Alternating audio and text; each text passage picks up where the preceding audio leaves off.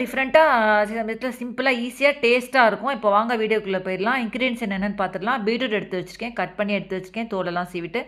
அடுத்தது பார்த்திங்கன்னா கடுகு எடுத்து வச்சுருக்கேன். இதில் வந்து உங்களுக்கு ஜீரகம், கொஞ்சோண்டு ஜீரகம் எடுத்து வச்சுருக்கேன். இது வந்து மிளகாய் வத்தல், இது வந்து உளுத்தம்பருப்பு எடுத்து வச்சுருக்கேன். இது வந்து வெங்காயம் எடுத்து வச்சுருக்கேன், ஒரே ஒரு வெங்காயம் கட் பண்ணி. இது வந்து பெருங்காயம், இது கொஞ்சமாக தேங்காய் எடுத்து வச்சுருக்கேன், தேவையான அளவு உப்பு எடுத்து வச்சுருக்கேன்.